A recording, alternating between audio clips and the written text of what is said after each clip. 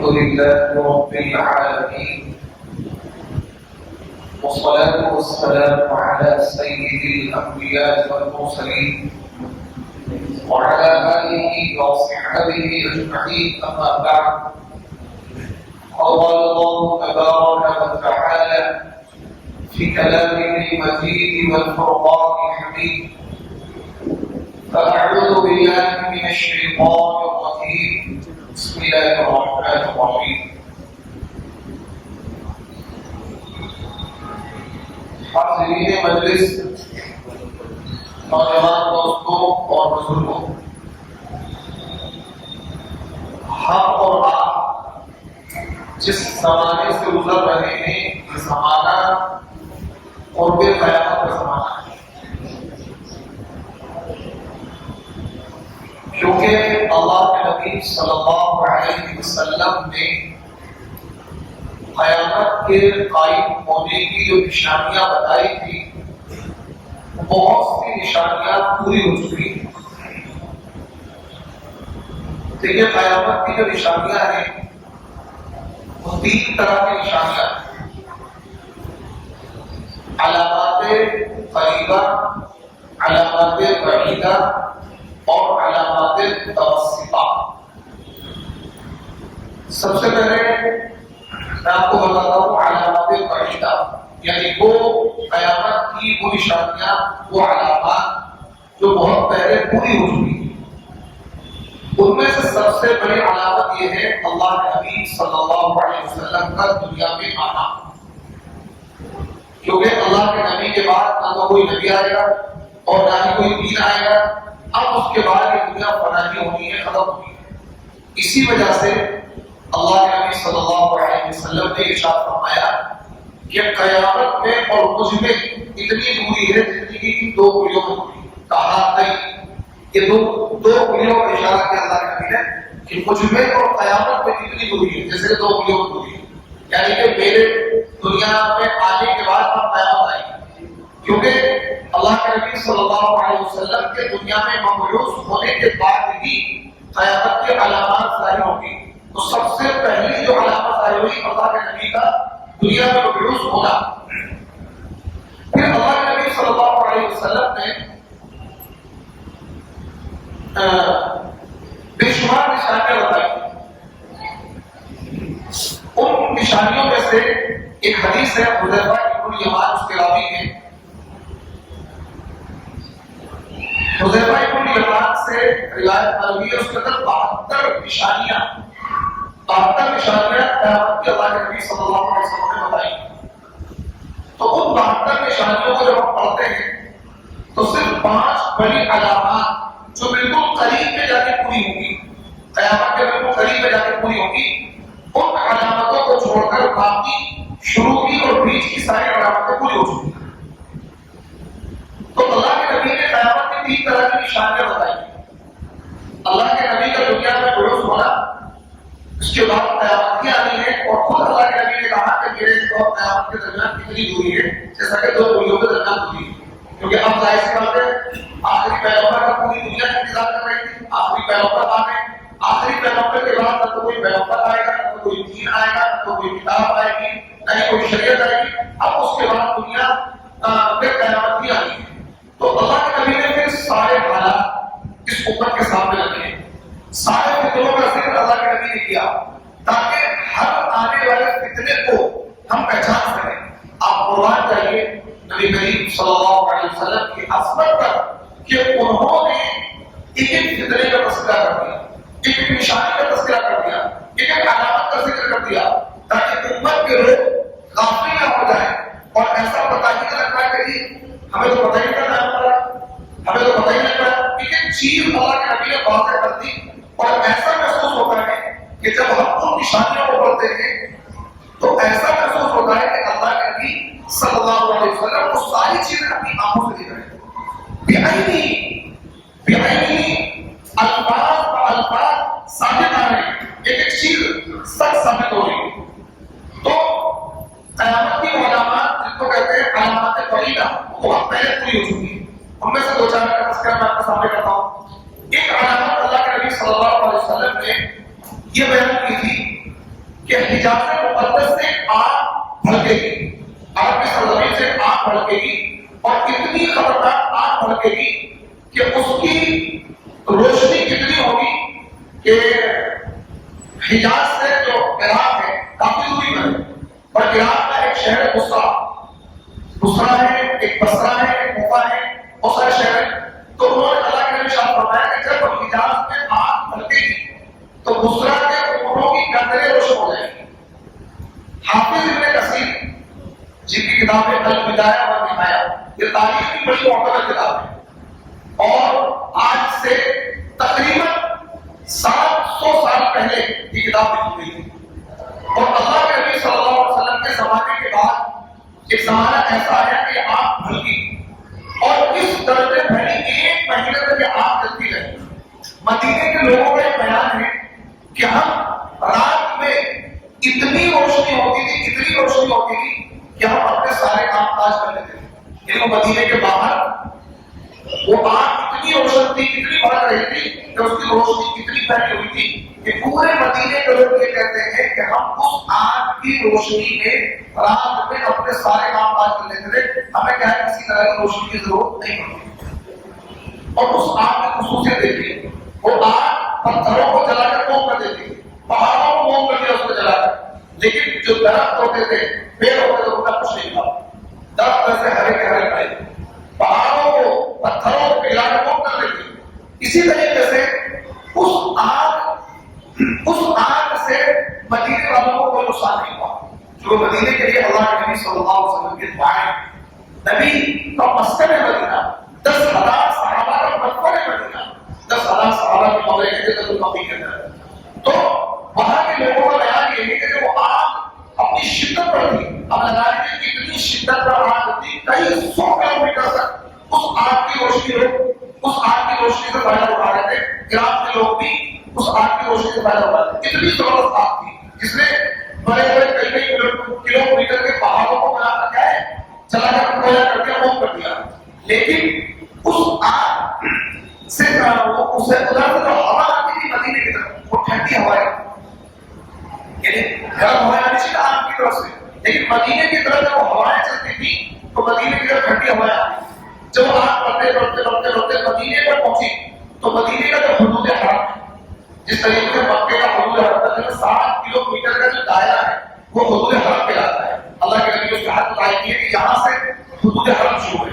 حدود حرم کا مطلب یہ جو خطہ ہے، یہ احترام کے لائق ہے، ہم اس کے اندر بہت ساری چیزیں، ہماری چاہیے چیزیں بھی ناجائز نہیں ہیں۔ حدود حرم کا ہم شکار نہیں کر سکتے، حدود حرم کا شکار ویسے ہم شکار کر سکتے ہیں، لیکن حدود حرم جو 7 کلومیٹر کے دائرے سے ہم شکار نہیں کر سکتے۔ تو اسی طریقے سے حرم کی کچھ اپنی عظمتیں ہوتی ہیں، تو مدینے کا وہ حصہ جس کو اللہ نے حدود حرم قرار دیا اللہ کے نبی نے، تو ایک پتھر تھا، آدھا پتھر حدود حرم سے باہر تھا، آدھا پتھر حدود حرم کے اندر تھا۔ جو پتھر حدود حرم سے باہر تھا اس کو آگ میں جلا کے موم کر دیا، لیکن جو پتھر حدود حرم کے اندر تھا، حرم مدینہ کے اندر تھا، اس پتھر کا وہ آگ کچھ بھی نہیں لگا 1 مہینے تک۔ اور اس آگ کے بارے میں اللہ کے نبی نے اپنے لوگوں کو آگاہ کر دیا تھا کہ حجاز سے آگ اٹھے گی جو اتنی خطرناک ہوگی کہ کئی 100 کلومیٹر تک، مطلب بصرہ کے اونٹوں کی گردنیں روشن ہو جائیں گی۔ رات کی تاریکی میں لوگ کیا کریں گے، صاف طریقے سے اونٹوں کی گردنیں دیکھیں گے۔ اور باقاعدہ آپ کے لوگوں کو بیان ہے کہ اس آگ کو ہم نے دیکھا، حافظ ابن کثیر نے اس آگ کا تذکرہ اپنی کتاب البدایہ والنہایہ میں کیا ہے۔ تو یہ جو علامت ہے اس کو بولیں گے علامات بعیدہ، یعنی قیامت کی نشانی، وہ نشانی جو بہت پہلے پوری ہو چکی ہے، وہ نشانی جو بہت پہلے پوری ہو چکی ہے۔ اسی طرح کی اور بھی بہت ساری علامات ہیں۔ حضرت صحابہ کے درمیان میں جو اختلاف ہے، اور اسی طریقے سے تاتاریوں کا اسلام پر حملہ ہونا، فتنہ تاتار کے بارے میں اللہ کے نبی صلی اللہ علیہ وسلم نے آگاہ کر دیا تھا کہ ایک ایسا فتنہ آئے گا جو مسلمانوں کو قتل عام مچائے گا۔ تاتاریوں نے مسلمانوں کو کوفہ اور بغداد کی سرزمین پر جب ہلاکو خان اور چنگیز خان کی فوجیں داخل ہوئی ہیں تو انہوں نے لاکھوں انسانوں کو قتل کیا اور انسانی سروں میں میناریں بنا دی، انہوں نے سر کاٹ کر سر کے اوپر اس طریقے سے انہوں نے مینار بنا دیے۔ اس درجے لاکھوں انسان انسانوں کو قتل کیا اور اس فتنے کی نشاندہی بھی اللہ کرنے کی تھی کہ ایک فتنہ ایسا آئے گا تاکہ ہوگا کہ جس سے مسلمانوں کو نقصان ہوگا. تو یہ بھی قیامت کی نشانی تھی. یعنی قیامت کی وہ نشانیاں جو آج سے 500 سال پہلے 700 سال پہلے پوری ہو چکی ہیں ان کو کہا جاتا ہے علامات بعیدہ. بہت پہلے وہ علامت پوری ہو چکی ہے. پھر بیچ کی کچھ علامتیں جن کو کہا جاتا ہے علامات متوسطہ. بیچ کی علامت. بیچ کی علامت کون سی؟ بیچ کی علامت یہ ہے کہ اللہ کے نبی نے ارشاد فرمایا سب سے پہلی چیز جو مسلمان ضائع کریں گے وہ نماز ہے. نماز ضائع کرنا شروع کر دیں گے. ایک دور وہ تھا کہ منافق کی ہمت نہیں ہوتی تھی نماز چھوڑ دیں. منافق سمجھتے ہیں منافق وہ لوگ تھے جنہوں نے ظاہری طور پر کلمہ پڑھا ہے اور اندر کھانے کو کافر تھے لیکن اللہ کے نبی سے ملتے جلتے تھے, بیٹھتے تھے, مسجد میں آتے تھے, صحابہ ملتے, ان کے دل میں ایمان نہیں تھا لیکن وہ نفاق تھا ان کے دلوں میں, وہ کچھ ہوا تھا. اس کے باوجود ان کی ہمت نہیں ہوتی تھی نماز چھوڑنے. لیکن آج مسلمانوں کا حال کیا ہے؟ اللہ کے نبی نے قیامت کی نشانیوں میں سے جو بیچ کی نشانیاں ہیں اس میں یہ ہے کہ نماز کو ضائع کرنا شروع کر دیں. آج مسلمانوں کا بہت بڑا اگر یوں کہا جائے پوری دنیا کا پورے ہندوستان کے سب میں کیا جائے 2% بھی مسلمان نمازی ہیں. 2% بھی. آپ اس کا اندازہ ابھی لگا سکتے ہیں. ابھی جمعے کے دن ساری مسجد بن جائیں گی اوپر تک اور ابھی عصر کی نماز میں 2 صف رہ جائیں گے. یعنی جمعے کی نماز میں 800 نمازی اور عصر کی نماز میں کتنے نماز؟ 50 نمازی. تو کتنے پرسنٹ نمازی؟ کتنے پرسنٹ نمازی؟ 2% بھی شاید نہ بیٹھے. جمعے کی نماز میں 800,000 نمازی اور عصر کی نماز میں کتنے نمازی؟ 50 نمازی. تو اس سے پتہ چلے گا اللہ کے نبی صلی اللہ علیہ وسلم 1400 سال پہلے کہہ دیا تھا کہ نماز جب ضائع ہونے لگے تو یہ کیا ہے قیامت کی نشانی. اللہ کے نبی نے فرمایا انسان اپنی بیوی کی اطاعت کرے گا اور ماں کو اگنور کرے گا. انسان اپنی بیوی کی اطاعت کرے گا اور ماں کو ستائے گا. آج دیکھیں لوگ بیوی کی اطاعت کرتے ہیں, بیوی کے پردوں سے بدے ہوئے ماں باپ کو اگنور کرتے ہیں. بیویوں میں اہمیت ماں باپ ہے نہیں ہے کیونکہ بیوی تو دوسری مل جاتی ہے. ماں باپ دوسرے مل سکتے ہیں؟ نہیں مل سکتے. بیوی دوسری مل جاتی ہے نا, ماں باپ دوسرے ملتے ہیں. ماں باپ بھی کیسے کہہ رہے دنیا کہتے ہیں جو دوسری ملتے ہیں اچھی دوسری مل جائے گی. ماں باپ کیسے کہہ رہے ہیں دوبارہ نہیں مل سکتے, دوسرے نہیں مل سکتے. بیوی دوسری مل جائے گی, دوست دوسرا مل جائے گا لیکن ماں باپ دوسری مل سکتے ہیں. یہ اللہ کے نبی شرط ہے کہ انسان بیوی کی اطاعت کرے گا ماں باپ کی نافرمانی کرے گا. اور آج یہ چیز کامن ہے. ایسے ایسے کیسز ہیں بیوی کے چکر میں لوگ اپنے ماں باپ کو دوسرے کا اسے بولنا چھوڑ دیتے ہیں, قطع کلام کر دیتے ہیں صرف ایک عورت کے چکر میں. اس لیے اللہ کے نبی نے ارشاد فرمایا کہ انسان اپنے دوستوں کی مانے گا اور باپ کو دھتکارے گا. دوستوں کی مانے گا, باپ کو دھتکارے گا. آج آپ معاشرے کا جائزہ لیں کہ دوستی زیادہ اہم ہے, باپ کی بات زیادہ اہم نہیں. باپ سے زیادہ بیٹا کام نہیں کرنا ہے, اس کے پاس نہیں جانا ہے, لیکن کیا ہے دوستی کی اہمیت ہے, باپ کے حکم کی اہمیت نہیں ہے. یہ اللہ کے نبی ارشاد فرمایا. نماز ضائع کرنے لگیں گے, ماں باپ کی نافرمانی کریں گے, بیوی کی اطاعت کریں گے, دوستوں کے ساتھ احسان کریں گے, ماں باپ کے ساتھ احسان نہیں کریں گے, باپ کے ساتھ. آج دیکھ رہے ہیں ایسے انسان دیکھ رہے دوسروں پر خرچ کرتے ہیں, ماں باپ پر خرچ نہیں کرتے. ماں باپ کی کوئی دیکھ رہے ہیں, دوسروں کی دیکھ رہے ہیں, یعنی دوستی میں خرچ کیا جا رہا ہے. یہ بھی قیامت کی نشانی. اللہ کے نبی نے ارشاد فرمایا سونا عام ہو جائے گا. سونا جو پہلے والا عام ہو جائے گا. آج آپ دیکھیے سونا 1 لاکھ سے پلس ہے. 1 لاکھ پلس ہے. آج سے 50 سال پہلے 50 سال پہلے سونا کتنا سستا تھا؟ میرے خیال میں 200-300 روپے تولا ہوگا, شاید 200-300 روپے تولا 50 سال پہلے. لیکن 50 سال پہلے سونا کسی کے پاس نہیں تھا, کسی کے پاس. بات ایسی ہے. اور آج سونا 1 لاکھ روپے پلس ہے. غریب سے غریب آدمی کے بعد 2 بولے 4 بولے سونا ہے. غریب سے غریب آدمی جس کو معاشرے میں رہا غریب آدمی بیچارہ, وہ بھی اپنی بیٹی کو 2-3 کروڑ سونا دے رہا ہے. یہ بھی اللہ کا شوق ہے. سونا عام ہو جائے گا, جبکہ سونا آج کتنا مہنگا ہے, اس کے باوجود عام ہو جا رہا ہے. تو نمازوں کا ضائع ہونا, اور اللہ کے نبی نے ارشاد فرمایا عورت اپنے آقا کو جلے گی. عورت اپنے آقا کو جلے گی. اس حدیث کی تشریح کرتے ہوئے محدثین یہ لکھتے ہیں کہ بیٹیاں ماں کی نافرمانی کرے گی, ایسے حکم چلائے گی کہ جیسے بیٹی کیا ہے, ماں ہے اور ماں بیٹی. آج آپ جائزہ لیں, بیٹیاں ماؤں پر ایسے حاوی ہیں, ماں اپنی بیٹیوں سے ڈرتی ہے. یعنی یہ حدیث اللہ کے نبی کہ بیٹیاں اپنی ماؤں پر حکم چلائیں گی, بیٹیاں اپنی ماؤں پر حکم چلائیں گی. اور آج ہمارا معاشرے کا جائزہ لیں کہ بیٹیاں ماؤں پر حکم چلاتی ہیں. یہ بھی اللہ کے نبی نے کہا کہ قیامت کی نشانی ہے, بیٹیاں اپنے ماؤں پر حکم چلائیں گی. پھر اللہ کے ننگے پیر ننگے بدن رہنے والے لوگ، بکریاں چرانے والے لوگ اونچی اونچی عمارتیں بنا کر فخر کریں گے، اونچی اونچی عمارتیں. آج جو سماج کے دبے کچلے لوگ تھے، کسی زمانے میں ننگے پیر ننگے بدن پڑتے تھے، بکریاں چراتے تھے، آج وہ اونچی اونچی عمارتیں بنائیں گے. آج مسلمانوں کا چاہے کوئی سمجھ سکتا ہو، آپ عرب چلے جائیے، سعودی چلے جائیے، دبئی چلے جائیے، وہاں دبئی کو جو خلیفہ بنا تو وہاں پر ٹاور بن گیا، اب وہاں زندہ کی عمارت بن رہی ہے. آپ لوکل مسلمانوں کو لے لیجیے، کسی کو 5 منزل کا مکان بنا، اس سے کہا کوئی اوپر ہی بنا کے اس کا مکان، یا اچھا اس سے 4 منزل بنا 5 منزل بناؤں، اس سے اچھا مکان بناؤں، اس سے اچھا مکان بناؤں، اس سے اچھی گاڑی لے کر آؤں گا. آج بہت لگی ہوئی، آج اس سے اچھا موبائل لے کر آؤں گا، اس سے اچھی گاڑی لے کر آؤں گا، اس سے اچھا مکان بناؤں گا، اس سے یہ کہ ننگے پیر ننگے بدن رہنے والے لوگ، سماج کے دبے کچلے لوگ ایک کیا ہے اونچی اونچی عمارتیں بنا کر ایک دوسرے کو فخر کریں گے. اگر آپ 20-30 سال پہلے جائیں گے، جو بالکل سماج کے دبے کچلے لوگ تھے آج وہ مالدار ہیں، جو سماج میں اس وقت کے باعث لوگ ہیں آج وہ غریب ہیں. اور وہ لوگ جو دبے کچلے تھے، جن کے پاس پہننے کے لیے کپڑا نہیں تھا، پیر میں پہننے کے لیے چپل نہیں تھی، آج وہ اونچی اونچی عمارتیں بنا کر فخر کرتے ہیں. ہمارا مکان اتنا بڑا ہے، ہمارے پاس ایک فارم ہاؤس ہے. آج یہ سعودی کا شاہی خاندان یہ کیا ہے؟ اسی طریقے سے آپ وہاں چلے جائیے، دبئی کا شاہی خاندان یہ مشہور تھے، لیکن آپ کو دیکھی ان کے جلد دیکھی اونچی اونچی عمارتیں بنا کر فخر کر رہے ہیں کہ ہم نے دنیا کو خلیفہ بنا دیا، ہم نے یہ بنا دیا، ہم نے وہ بنا دیا. یہ ساری چیزیں اللہ کے نبی صلی اللہ علیہ وسلم نے 1400 سال پہلے کی تھی کہ یہ ہر مسلمانوں کا ہو. یہ تو علامتیں ہیں، نمازوں کا ضائع ہونا، اولاد کا نافرمانی کرنا، اور بیٹی کا اپنی ماں پر حکم چلانا، اور سونے کا عام ہو جانا، اونچی اونچی عمارتیں بنا کر فخر کرنا، اور زنا کا عام ہو جانا. زنا عام ہو جائے گا. آپ تصور کر سکتے ہیں نکاح کتنا مشکل ہے، کتنا مشکل ہے نکاح. ایک انسان نکاح کرنے کا ارادہ کرے، سال 1.5 سال 2 سال لگ جائے گا اسے اپنے بیٹے بیٹی کا نکاح کرنے کے لیے. یا انسان خود ہی چاہے کہ میں اپنا نکاح کر لوں اور زنا سے بچنا.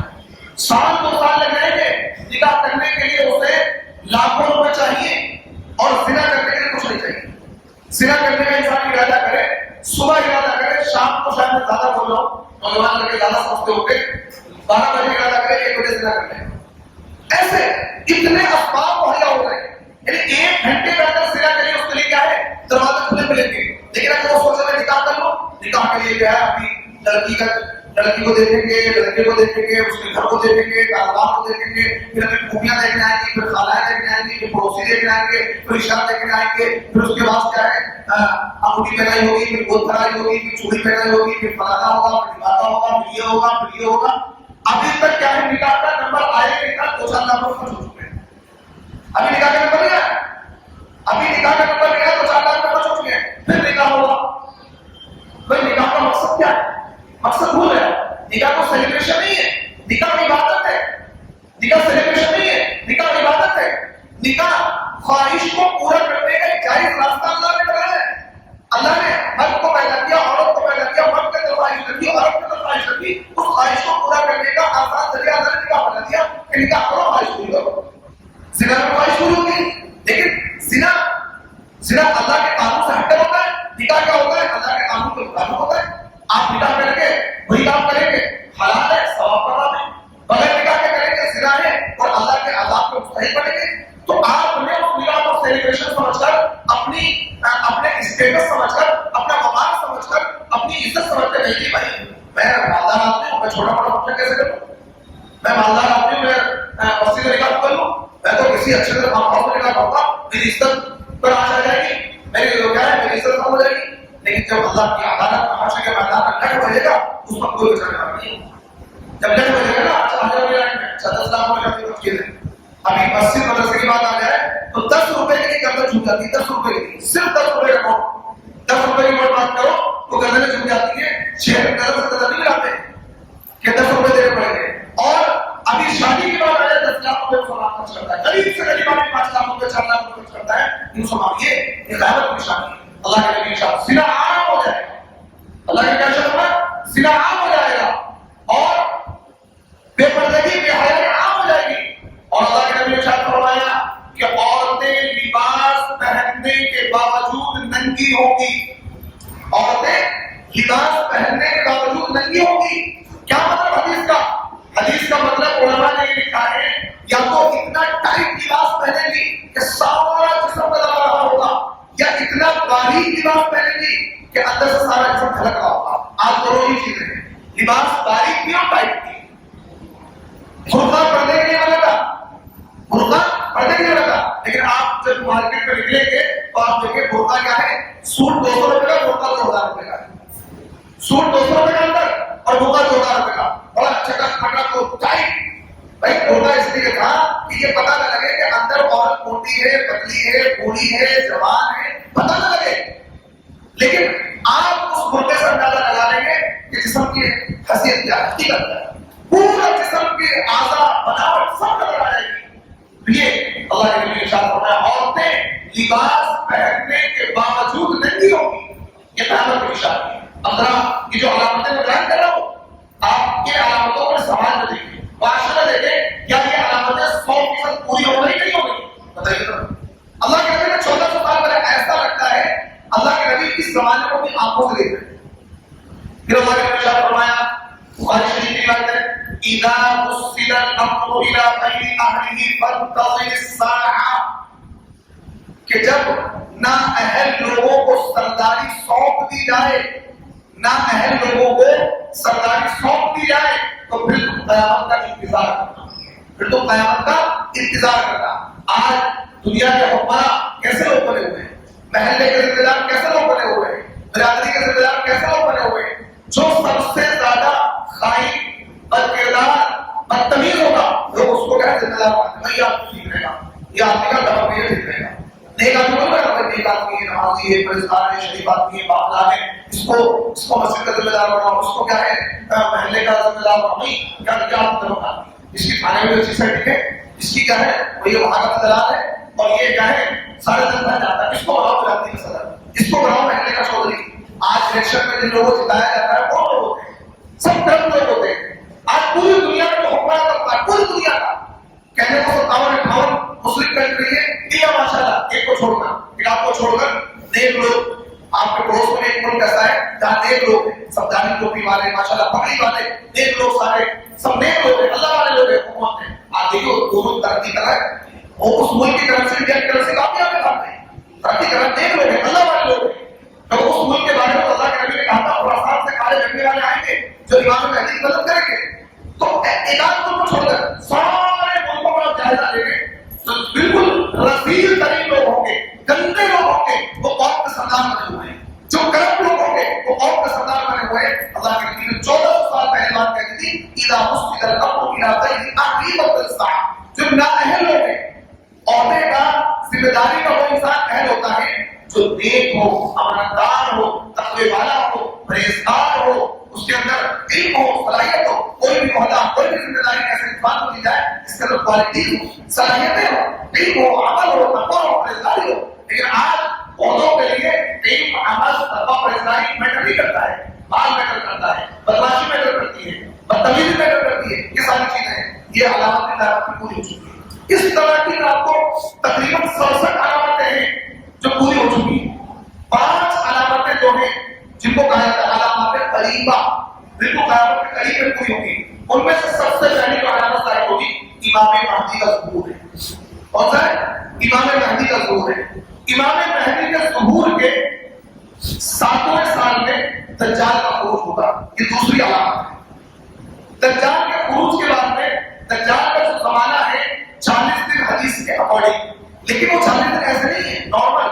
اللہ کے نبی نے شاہ فرمایا پہلا دن 1 سال کا ہوگا، 1 سال کا، 1 سال کا سورج کو نہیں، 1 سال کا دن ہوگا. دوسرا دن 1 مہینے کا ہوگا. تیسرا دن 1 ہفتے کا ہوگا. چوتھا دن جو ہوگا وہ ہمارے 24 گھنٹوں کی طرح دن ہوگا. تو اس اب جب آپ حساب لگائیں گے، کیلکولیشن نکالیں گے تو 1 سال 2 مہینے 14 دن دجال دنیا میں ہوئے. تو قیامت کی 5 بڑی علامتیں جو ابھی پوری نہیں ہوئی ہیں، لیکن علماء اور محدثین، فقہاء اور جو تاریخ پر نظر رکھتے ہیں، حدیث پر نظر رکھتے ہیں، وہی کہہ رہے ہیں یہ 5 علامتیں بالکل عنقریب پوری ہونے کو ہے اور امام مہدی کا ظہور عنقریب ہے. بعض علماء نے یاد رکھا ہے امام مہدی پیدا ہو چکے ہیں، کیونکہ 40 سال کے جب وہ ہو جائیں گے ان کو خود نہیں پتا ہوگا میں مہدی ہوں، ان کو خود نہیں پتا ہوگا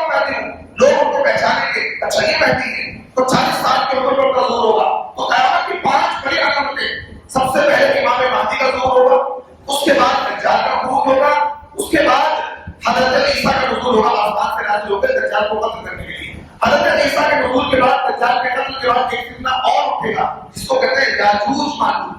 قالوا یا ذا القرنین ان یأجوج ومأجوج مفسدون فی الارض، اس کا ذکر سورہ کہف میں کرے۔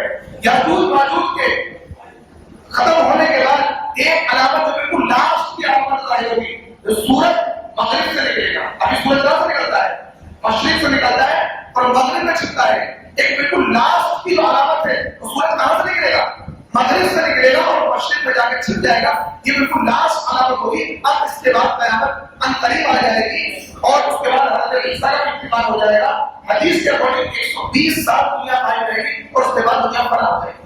اس کے بعد دنیا فنا ہو جائے گی تو سورج جس وقت مغرب سے نکلے گا توبہ کا دروازہ بند ہو جائے گا، کسی کی توبہ قبول نہیں ہوگی، کسی کا ایمان قبول نہیں ہوا۔ اس علامت کے ذریعے لاسٹ علامت ہوگی، لاسٹ وارننگ ہوگی۔ سورج جس دن مغرب سے نکل آئے گا اس کے بعد کوئی انسان توبہ کرے گا، کوئی توبہ معاف نہیں ہوگی۔ اب توبہ کے ساتھ رہو، کوئی انسان چاہے گا مسلمان بن جاؤ، کلمہ تو نہیں، اب ایمان میں داخل نہیں ہو سکتا۔ تو جس دن تک سورج نہیں نکل رہا اس وقت تو بالکل لاسٹ علامت ہوگی۔ تو یہ 5 علامات جو ہیں، میں نے علامات پہلا ایک تو ایگزامپل دے دی، علامات متوسطہ جو بیچ کی علامت ہے بہت ساری میں نے آپ کو بتا دی، نمازوں کا ضائع ہونا، زنا کا عام ہونا، سونے کا عام ہو جانا، ماں باپ کی نافرمانی کرنا، بے حیائی کا عام ہو جانا، بے پردگی کا عام ہو جانا، یہ بیچ کی علامت ہے۔ اخیر کی جو 5 علامات ہیں وہ علامات ہیں امام مہدی کا ظہور۔ یہ ترتیب ہے، ترتیب سب سے پہلے امام مہدی ظاہر ہوں گے، اس کے بعد دجال نکلے گا، اس کے بعد حضرت عیسیٰ نازل ہوں گے آسمان سے، اس کے بعد یاجوج ماجوج نکلیں گے، اس کے بعد سورج کیا نکلے گا؟ مغرب سے نکل کر مشرق میں چھپے گا، اس کے بعد قیامت آئے گی۔ یہ 5 علامتیں آپ ہر ہفتے ٹائم سے آئیں گے، اس پر سیریز بائی سیریز انشاءاللہ آپ کو بتاؤں گا۔ امام مہدی کا پورا تعارف، اس کے بعد دجال کا، اور دجال کا تعلق آج ایک ٹیکنالوجی کی چلی ہوئی ہے اے آئی، آرٹیفیشیل انٹیلیجنس، اس پر بھی انشاءاللہ آپ کو کر کے بتائیں گے۔ یہ بھی دجال کا ایک ہتھیار ہے جس کو لایا جا رہا ہے مارکیٹ کے اندر، کیونکہ دجال کی آمد کی بہت شدت سے منتظر دنیا، خاص کر یہودی لوگ، اسرائیلی لوگ بھی وہ مستقل دعا کر رہے ہیں ہمارا مسیح کب آئے گا، ہمارا مسیح کب آئے گا، کیونکہ ان کا عقیدہ یہ ہے کہ جب دجال آ جائے گا تو پوری دنیا پر اسرائیل کی حکومت ہو جائے گی ان کے عقیدے کے مطابق۔ تو اس لیے وہ باقاعدہ اپنی دعاؤں میں دجال کو یاد کر رہے ہیں کہ دجال جلدی آ جائے۔ تو یہ بڑے اہم بیانات ہیں، آپ وقت پر تشریف لائیں۔ امام مہدی، حضرت عیسیٰ، دجال اور یاجوج ماجوج اور سورج کا مغرب سے نکل کر مشرق میں آئے گی۔ 5 علامات کا تذکرہ میں کروں گا، 2 ہفتے بھی لے سکتے ہیں، 1 ہفتے بھی لے سکتے ہیں، 4 ہفتے بھی لے سکتے ہیں، سیریز بائی سیریز انشاءاللہ آپ کے سامنے بیان کروں گا، کیونکہ ان چیزوں کو سننا سمجھنا پڑھنے کی ضرورت ہے اور ان فطروں سے بچنے کی ضرورت ہے۔ اللہ رب العزت ہمیں توفیق عطا فرمائے۔